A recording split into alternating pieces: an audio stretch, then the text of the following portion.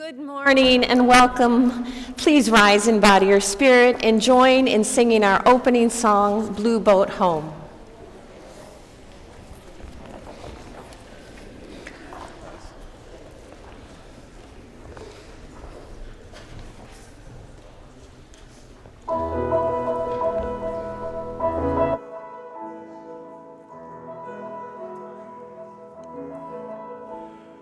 Though below me I feel no motion, standing on these mountains and plains, far away from the rolling ocean, still my dry land heart can say, I've been sailing all my life now, never harbor or port have I known. The wide universe is the ocean I travel, and the earth is my blue boat home.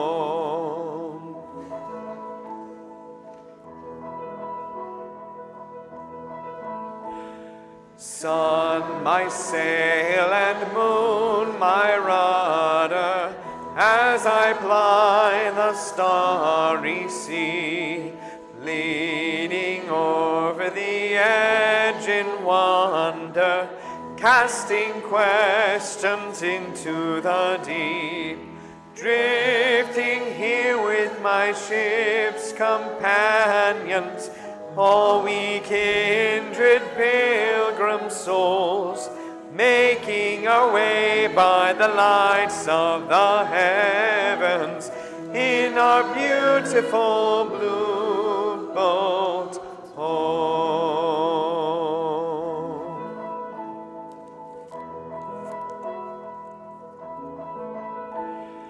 I give thanks to the waves upholding me, hail the great winds urging me on, greet the infinite sea before me, sing the sky my sailor's song. I was born upon the fathoms, never harbor or port have I known. The wide universe is the ocean I travel, and the earth is my blue boat home.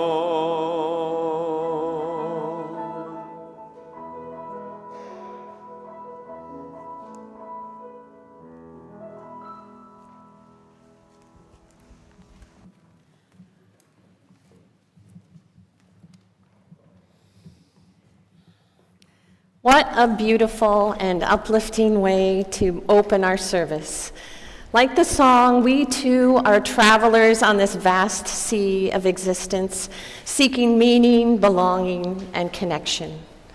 Whether you are a long-time member or here for the very first time, your presence enriches this community. Together, let us sail into this hour of reflection, renewal, healing, and shared journey. A warm welcome to everyone here in the sanctuary and those joining us in the virtual sanctuary. This is a loving community of seekers where all people of goodwill are welcome. Here we strive to live with integrity, nurture wonder, and inspire actions that will transform us and transform the world. I'm Carolyn Bierke, and I'm delighted to be serving the Unitarian Society as ministerial intern. Lead minister, Reverend Julia Hamilton, is out of the pulpit today. And for this morning's service, I am honored to be here with worship associate Kier Zecker, music director Matthew Grissett, pianist Heather Levin, director of Lifespan Education, Charla Brigante, and Angie Swanson-Kiriakou, who is engaging with those of you online. I would like to extend a warm and special welcome to any visitors or guests joining us for the first time. We would like to stay in touch and welcome you into this community. On the second Sunday of the month, which is today, we have a casual newcomer orientation across the courtyard in the front office. Also, you can visit the welcome table in the courtyard or join in the online coffee hour.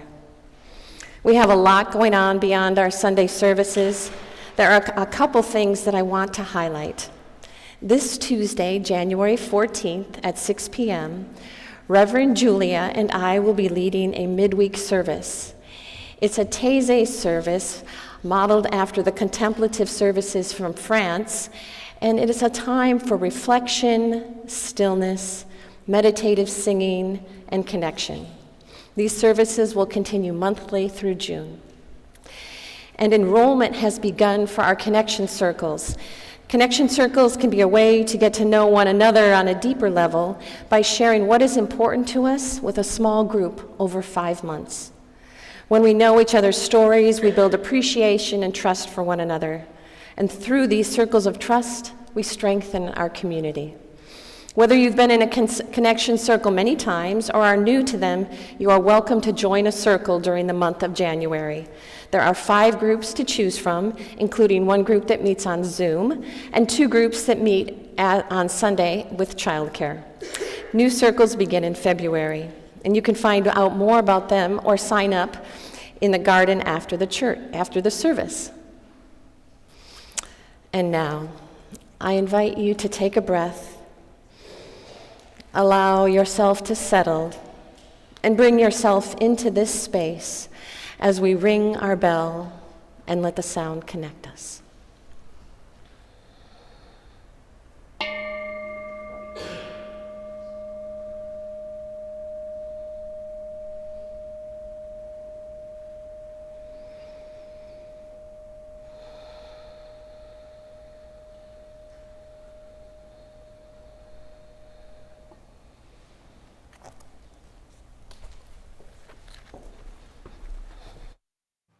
I'd like to invite up Dylan, Kyle, and Sarah to light our chalice.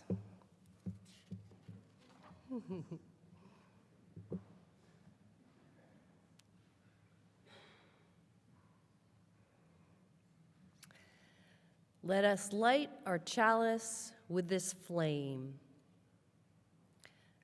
a symbol of life and renewal, reminding us of the sacredness of earth and our place in it.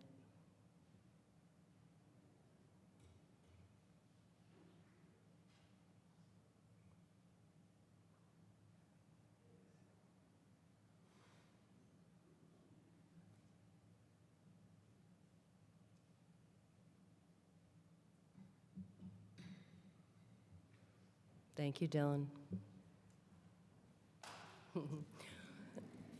One good thing, one of the remedies for finding hope in challenging times is something we practice each week, and it's to live in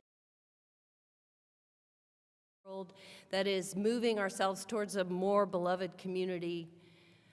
And for a good news story this week, I want to hold up what's happening in the Lower Sioux Indian community in southwest Minnesota. I want to tell you about this because they're building much-needed housing on their land from hempcrete. And hempcrete is made from hemp, which is a sustainable, fast-growing plant, plus water and lime. And the Lower Sioux community is growing and processing all the hemp that they're growing on-site using every part of the plant. And the production of the plant-based hempcrete building material is non-toxic, it's energy efficient to create, unlike other materials like cement, steel, PVC.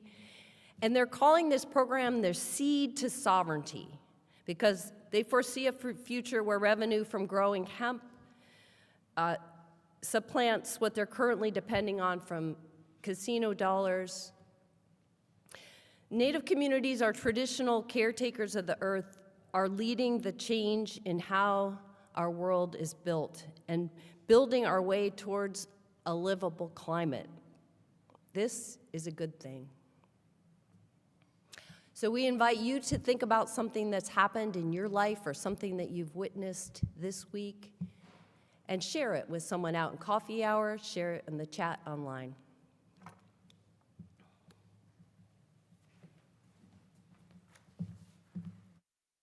Please rise in body or spirit as we sing song number 175, We Celebrate the Web of Life.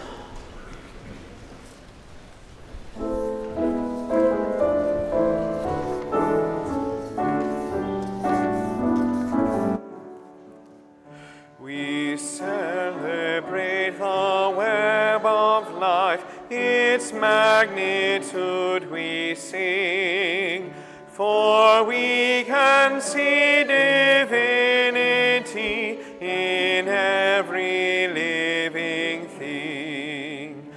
A fragment of the perfect whole in cactus and in quail, as much in tiny barnacle as in the blue whale.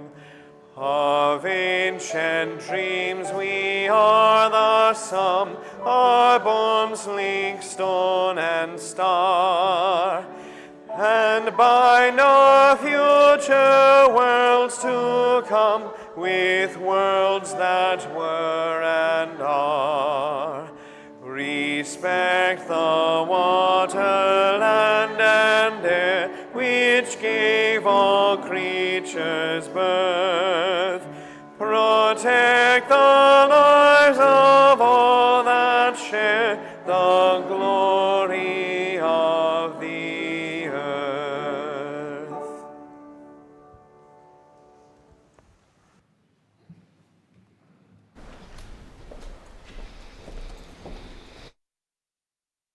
Everyone, it is the story time of our morning. So if anyone would like to join me up on the rug, I've got a story with some beautiful illustrations today, some of which you'll be able to see on that screen. So I invite you to enjoy these beautiful watercolor pictures. Hi, Dylan. Anyone want to join Dylan on the rug up here? Glad you can come closer if you want, but then you can't see up there. Oh, good. Here we go. Wonderful. Thank you. Yes, coming up on the rug is for all ages, for anyone who wants to be part of a good story. Great. The story we're reading today is called Dear Earth, and it is by Isabel Otter, with beautiful illustrations by Clara Anganuzzi.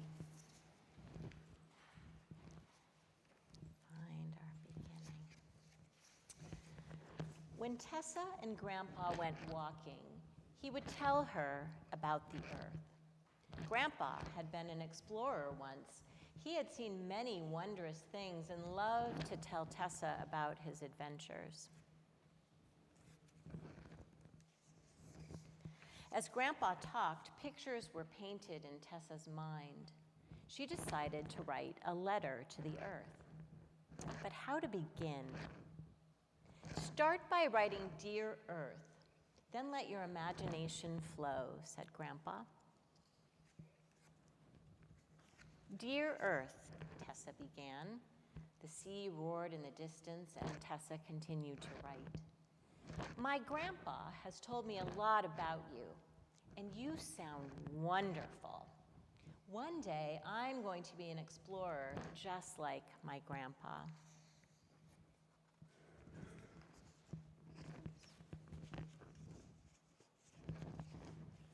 Most of your surface is covered in water.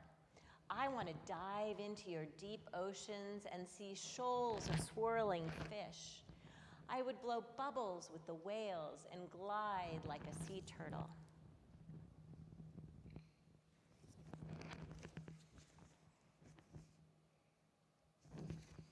I would love to explore your lands, too. When the animals stampede, I would run among them. My heart would beat as loudly as their thundering hooves. You are home to gentle giants as well as tiny little creatures. I want to run through your meadows and kiss the butterflies, splash under waterfalls, and float in blue lagoons. It sounds wonderful. Part of you is frozen over. Do you ever feel cold? Grandpa says that unicorns swim in the Arctic Ocean.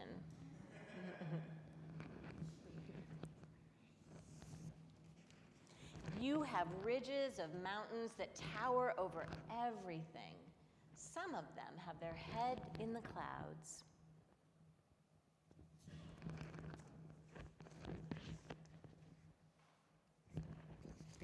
In the underwater forest of the mangroves, sharks keep their babies safe. I would like to slide down desert dunes, but avoid the prickly cacti. When the bears go fishing, I would watch and dip my toes in the river. Up in your rainforest canopy, I would join in with the hullabaloo of the birds and monkeys.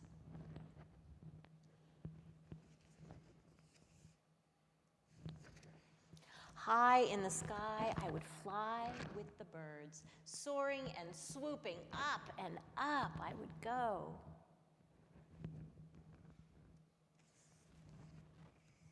Earth, you are full of such wonder, but you're fragile and you need love and care. Grandpa says that humans have hurt you, but we can heal you too. The sea continued to roar in the distance as she finished her letter simply, love from Tessa. Grandpa and Tessa walked down to the beach together. I wish everyone knew how special the earth is, said Tessa. Do you think if people realized, then they would want to take care of the world and keep it safe? Yes, I do, said Grandpa, taking Tessa's hand. Maybe if enough of us share the message, we can still save our dear earth. And that's our time for all ages this morning. And kids are welcome to join me and Janie out the back door for some fun activities.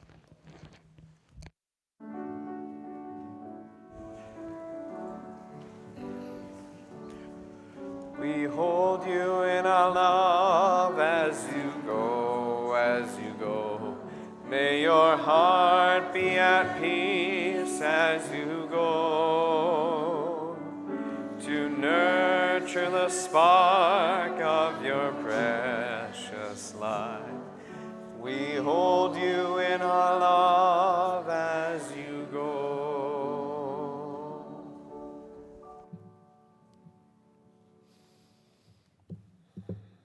Invite you now into a time of prayer and meditation. Spirit of life, of many names and no name, we gathered today with hearts that hold many feelings. Grief for those who have lost so much, gratitude for the safety of others, and perhaps the weight of our own memories, as we recall times of loss and rebuilding in our own lives. We hold in love all who are affected by the fires, those who face the pain of starting over, those who mourn what can never be replaced. May they feel the strength of community and the compassion of strangers who care deeply for their well-being. We honor the first responders whose courage and dedication protect lives. And we grieve for the scarred landscapes, the creatures displaced, and the balance of life disrupted by fire's force. In this moment, we pause to acknowledge what is on our own hearts, our memories, our fears, our prayers for healing. May we hold all of this tenderly, trusting that even amid loss, there is the possibility of renewal and peace. Now let us take a deep breath together, feeling the air filling your lungs, grounding you, steadying you. In this stillness, let us find space for whatever is within: grief, hope, questions, or quiet presence. May this moment of reflection hold us all, and may we draw strength from the peace we create together. Let us rest in this silence, allowing space for all that we carry and all that we seek to release.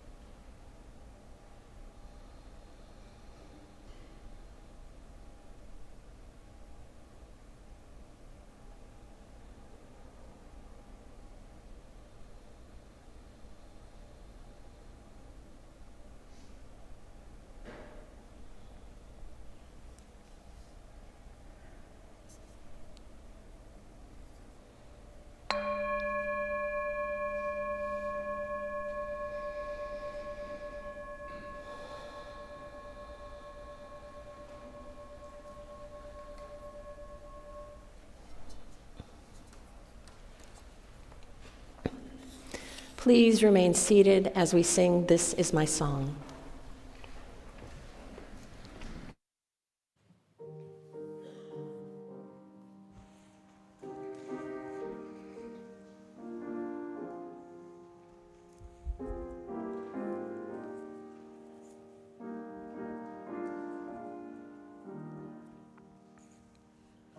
This is my song, O God of all the nations, a song of peace for lands afar and mine. This is my home, the country where my heart is. Here are my hopes, my dreams, my holy shrine. But other hearts in other lands are beating with hopes and dreams as true and high as mine. My country's skies are bluer than the ocean, and sunlight beams on clover leaf and pine. But other lands have sunlight too, and clover,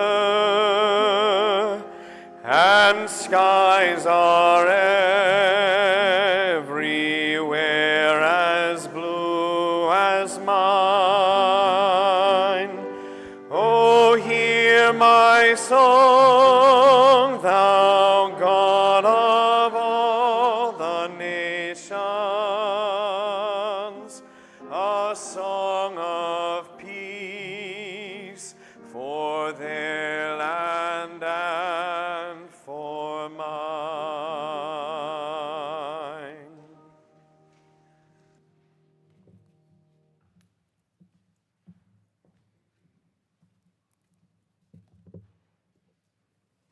Good morning.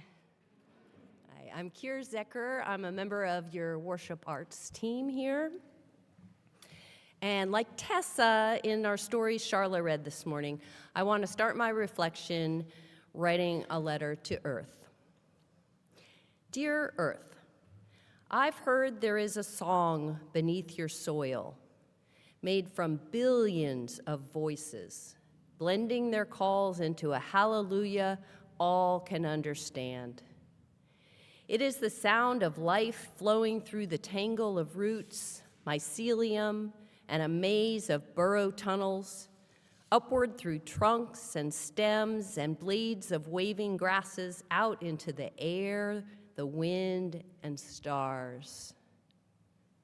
I've heard you can hear this song in the footfall of paw and hoof, humming in the buzz of wings, fluttering in the feathers. You can see it shining on the scales and fins and slithering skins, and you can smell it too in the sages dampened by the dew. Remind me how I can listen so I can hear your song.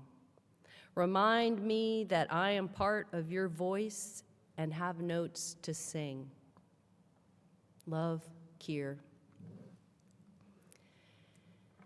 This last week, I've really needed to hear this reminder. As the news of the fires in Los Angeles and the accelerated rate of devastation happening so close to us was streaming in, I found myself on news intake mode for hours. In between texts firing back and forth, checking in and trying to understand. There are heartbreaking visuals and the conflicting analysis, the extent of damage that was reflected on maps, and my inability to pull away from all of this. It left me feeling disconnected and disorganized, incapacitated by overwhelm, yet wanting to help. I needed a direct encounter. I took myself outside to the large cork oak tree below my apartment and rested my head against its thick bark. I willed the tree to take my worries. That didn't work for long as I found myself back on the screen. I took myself to farmer's market and then to song circle, 2 activities that feed my soul and connections, and this helped. But the next day I was back at the computer and thrown off balance again.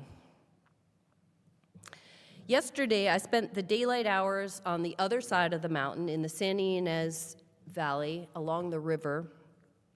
My friend Rachel and I were collecting 5 wildlife cameras that we'd set up a year ago as volunteers for a study on the impacts of fire on wildlife populations in the forest.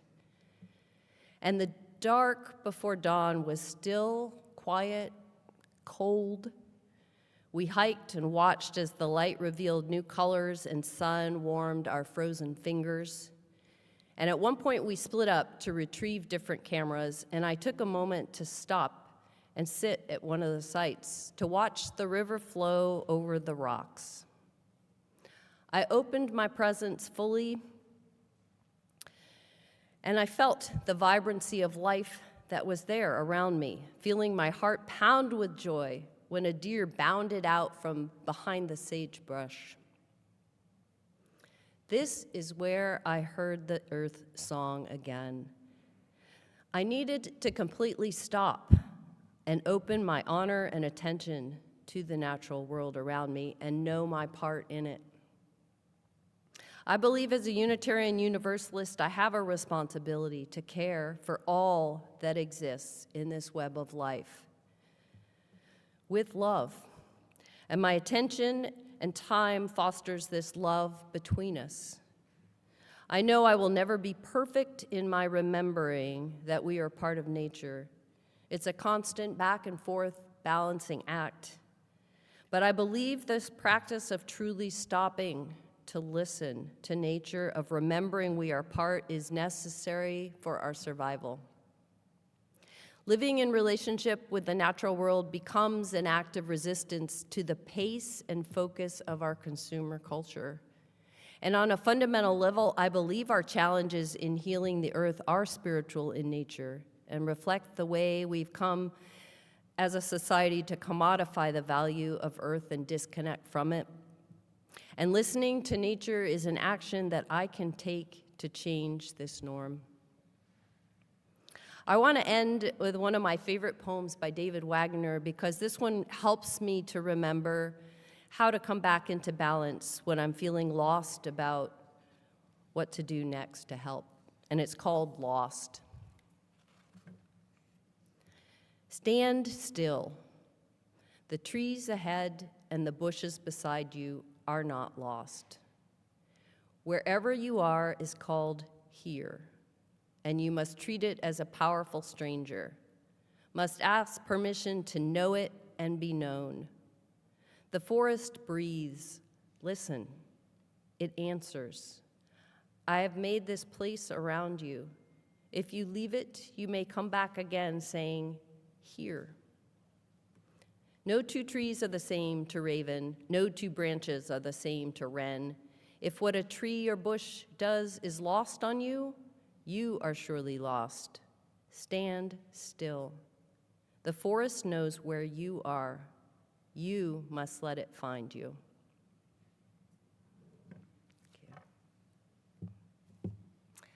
And each month here at the Unitarian Society, we share 25% of our offering with an organization that's out in the world living our values. And our January outreach offering is for Sumi Nungwa.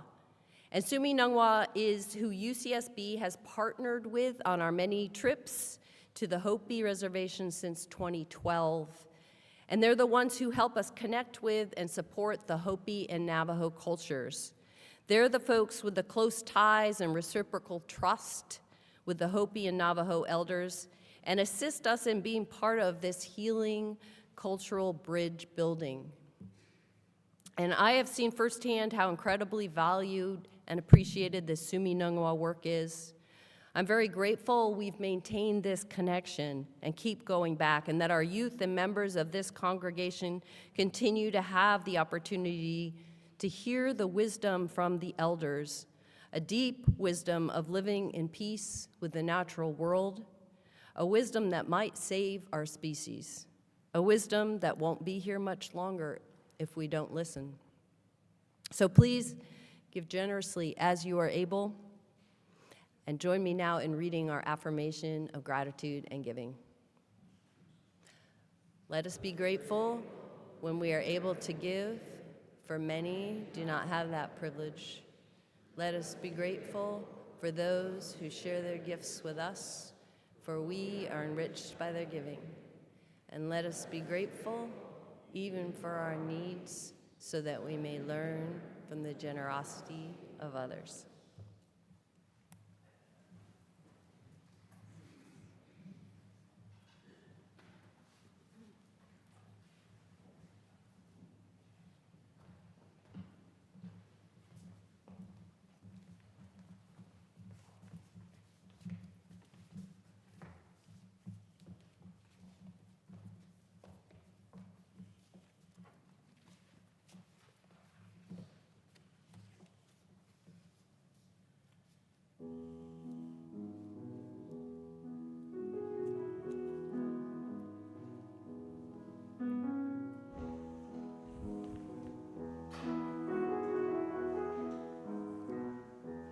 When I was a boy each week, on Sunday we would go to church, pay attention to the priest, and he would read the holy word and consecrate the holy bread, and everyone would kneel and bow.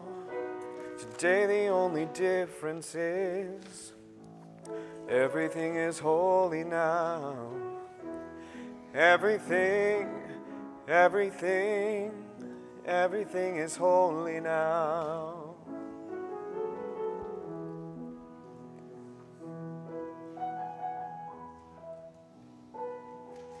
When I was in Sunday school, we would learn about the time Moses split the sea in two, and Jesus made the water wine.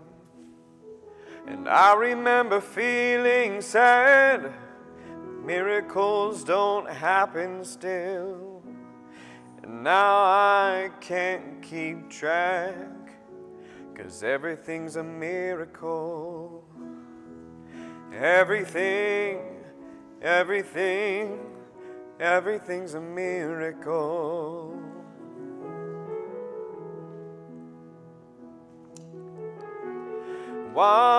Wine from water is not so small, but even better magic trick is that anything is here at all. So the challenging thing becomes not to look for miracles, but finding where there isn't one.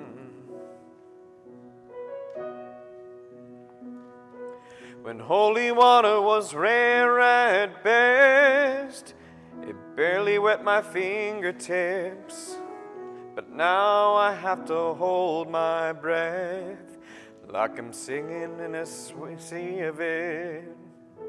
It used to be a world half there, heaven's second-rate hand-me-down. Now I walk it with a reverent air, 'cause everything is holy now. Everything is holy now. Everything is holy now. Everything is holy now. Everything is holy now. Everything is holy now. Everything is holy now. Everything is holy now. Everything is holy now. Read a questioning child's face and say it's not a testament. That'd be very hard to say. See another new morning come and say it's not a sacrament. I tell you that it can't be done. This morning outside I stood, I saw a little red-winged bird shining like a burning bush and singing like a scripture verse. It made me want to bow my head. I remember when church let out, how things have changed since then. Everything is holy now. It used to be a world half there, heaven's second-rate hand-me-downs. Now I'm walking with a reverent air, 'cause everything is holy now. Everything is holy now. Everything is holy now. Everything is holy now. Everything is holy now. Everything is holy now. Everything is holy now. Everything is holy now. Everything is holy now. Everything is holy now. Everything is holy now. Everything is holy now. Everything is holy now. Everything is holy now. Everything is holy now. Everything is holy now. Everything is holy now.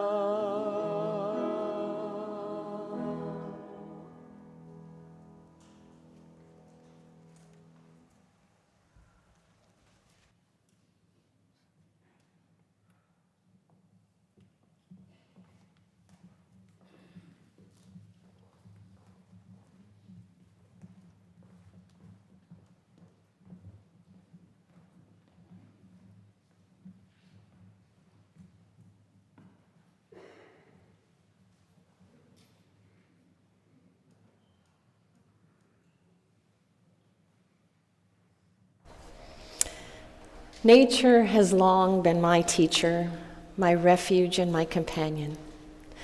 Not long ago, I paid a visit to the treasure that is the Santa Barbara Botanical Gardens, where I found myself easily surrounded in a meadow by native California plants. The air was thick with the scent of warm earth and sage. And in the stillness, I marveled at how these resilient species thrive in difficult, arid conditions, deeply rooted and yet adaptable. And in that moment, I felt, I have many times before, that undeniable connection. And yet another reminder of that resilience, simplicity, and interdependence that are fundamental truths woven into the fabric of nature and of our lives. And this past week, as the fires raged in Los Angeles, miles from Santa Barbara, we are reminded of the vulnerability and the profound connection we have to nature. The fires disrupted lives, scorched the land, and sent waves of smoke and pollution into the air. And even at this distance, the smoke is a visceral reminder of how closely our lives are entwined with the earth. We breathe the same air, we drink the same water, and walk upon the same dear earth. What happens to one part of this interconnected web inevitably affects us all. I believe that nature, when we truly pause to see it, speaks to us. We see lessons in the trees that endure storms, the rivers that carve paths through stone, and in how ecosystems thrive through cooperation. And how can this deep wisdom of the natural world inspire us to resist disconnection? In our rich and vivid landscapes of Santa Barbara, we are daily invited into conversation with the natural world. The oaks, the resilient native grasses, and the gentle rhythm of the Pacific are not merely a backdrop, but they are sacred partners. They are living reminders of our connection. Nature is not simply out there, it is within and among us, shaping every breath we take and every decision we make. This perspective resonates with the values of Unitarian Universalism, which place love at the center of our relationships with each other, with ourselves, and with the earth. These values challenge us to expand our understanding of community, embracing the earth not as a resource to manage, but as a sacred partner, deserving of care and reverence.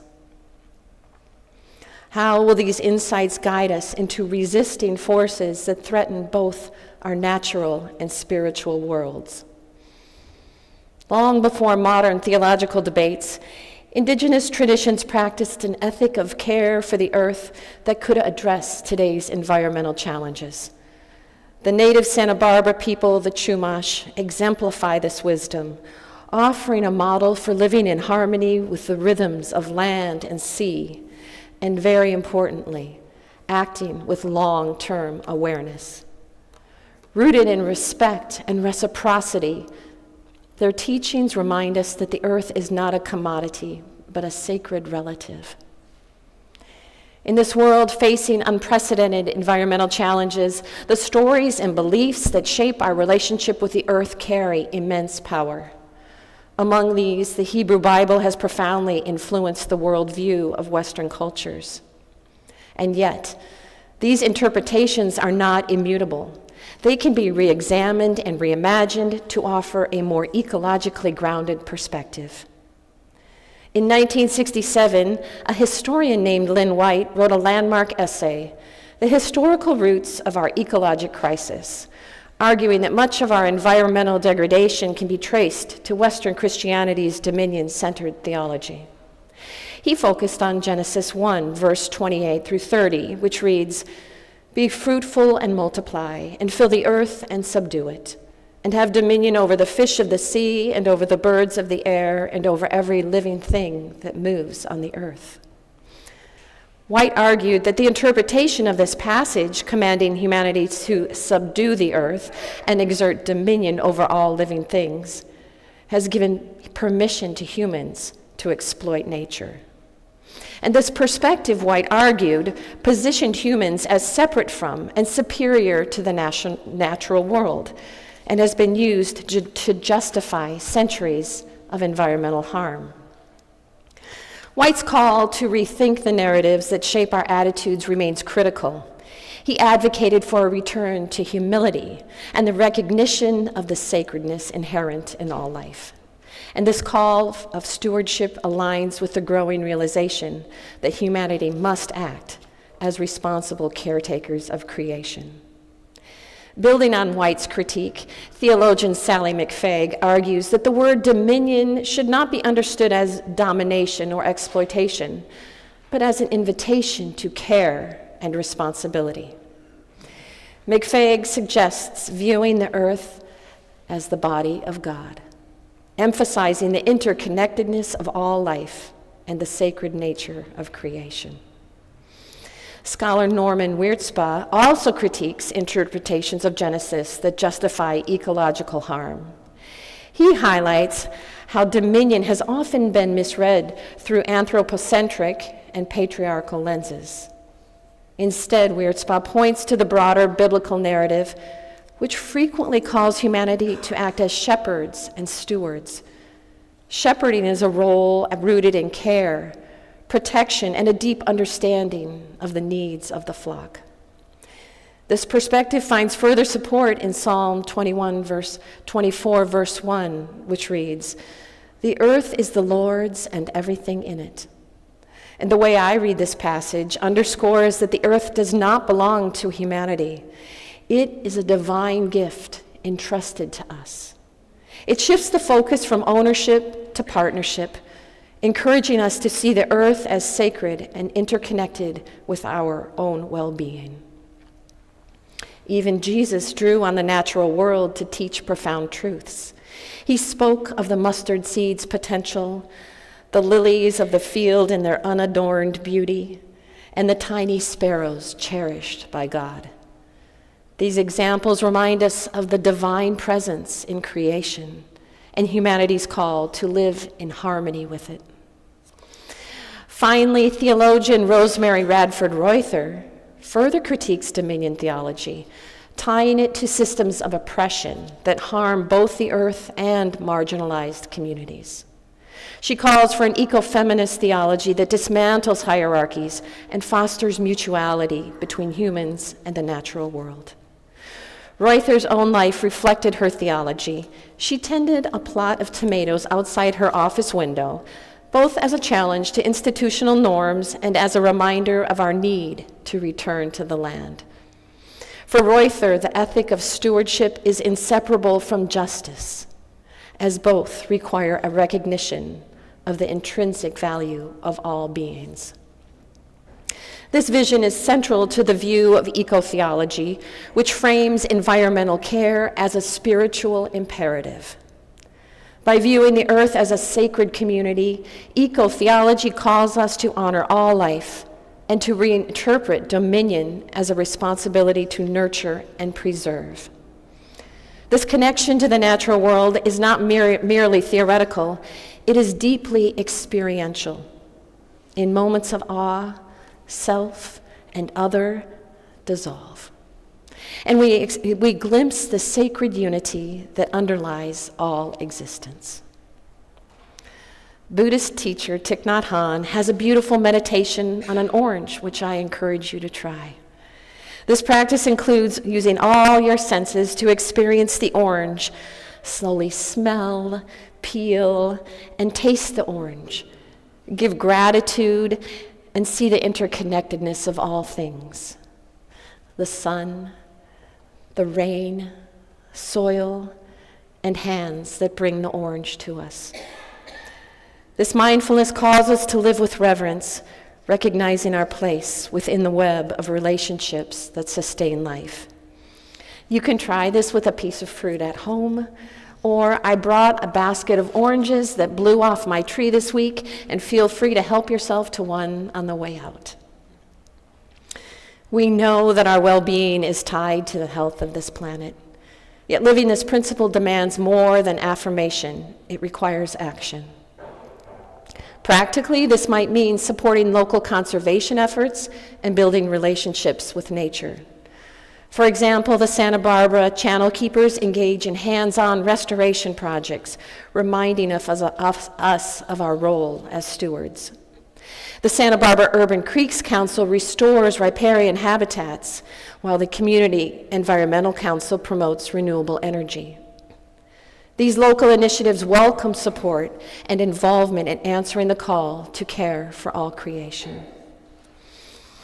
As nature itself offers metaphors for interdependence through the mycelial networks beneath forests that model mutual aid, similarly, Unitarian Universalist elder and diversity strategist Dr. Paula Cole-Jones's vision of congregations as a community of communities provides a powerful metaphor for rethinking our relationships. In nature, ecosystems thrive not because they are homogeneous, but because of their diversity and interconnectedness. A forest, for example, is not a singular entity, but a vibrant network of trees, fungi, animals, and microbes, each contributing to the whole. Programs like the Wilderness Youth Project model this beautifully, taking young people into the wild spaces of Santa Barbara to experience firsthand the interconnectedness of ecosystems. These moments of awe and understanding ripple outward, creating a greater sense of earth, of the care for the earth and for each other. Just as a forest thrives through its myriad connections, so too can our congregations when we honor the unique contributions of everyone. Our congregations are composed of diverse and interconnected groups, and using this model, Jones urges us to move beyond the family metaphor, which can sometimes imply insularity, and instead envision a broader, more inclusive spiritual ecosystem. The phrase community of communities strengthens the whole by allowing its constituent parts to flourish. Young adults exploring their identities, elders sharing their wisdom, and those drawn to music, education, or activism all find their place within the larger tapestry. And this metaphor challenges us to think expansively, to nurture not only the communities within our walls, but those we have yet to reach. One of my favorite authors, Octavia Butler, challenges us in her parable series to imagine a future where humanity lives in harmony with the earth. Her protagonist's philosophy, Earthseed, envisions humanity as co-creators, not masters, of the natural world. This perspective calls us to nurture what could be while confronting the realities of our present. As we journey together in this work, let us remember that we do not do it alone. We are part of a larger community of life, a community that includes not only other humans, but also the countless species with whom we share this planet. And we are part of a larger story, a story that began long before us and will continue long after we are gone. At the heart of all these efforts is love, love for the earth, for each other, and for the divine mystery that holds us all. This love calls us into action, not out of guilt or fear, but I pray out of a profound sense of connection and responsibility. As we leave this place today, let us carry this vision with us. Let us listen to the wisdom of the earth, learn from its resilience, and act with love at the center of all we do. Hold each other with gentleness and love in the coming weeks. And may we, as community of communities, cultivate a world where we embrace our role as stewards of creation and partners in the very sacred work of nurturing life in all its forms. May it be so. Please rise in body or spirit and join in singing song number 163, For the Earth Forever Turning.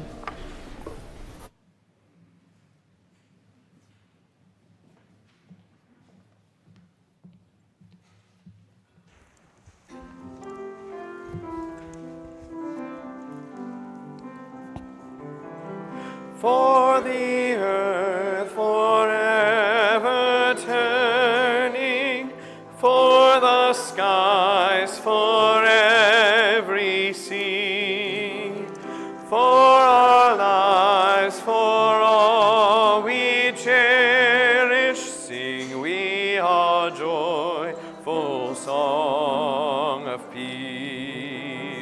For the mountains, hills, and pastures in their silent majesty, for the stars, for all the heavens, sing we a joyful song of peace. For the sun, for rain and thunder, for the seasons' harmony, for our lives, for all creation, sing we a joyful praise to thee. For the world we raise our voices, for the home that gives us birth. In our joy we sing, returning home to our blue-green hills of earth.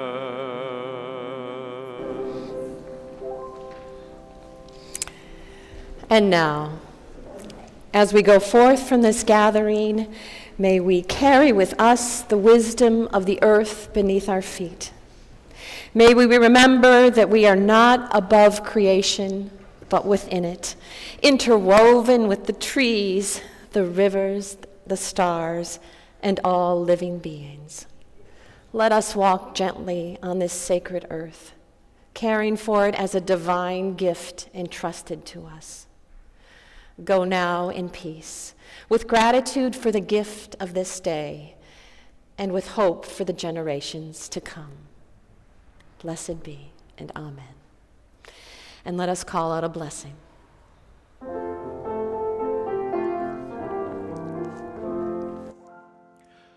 Call out a blessing, call out a blessing, call out a blessing, call out a blessing, call out a blessing, call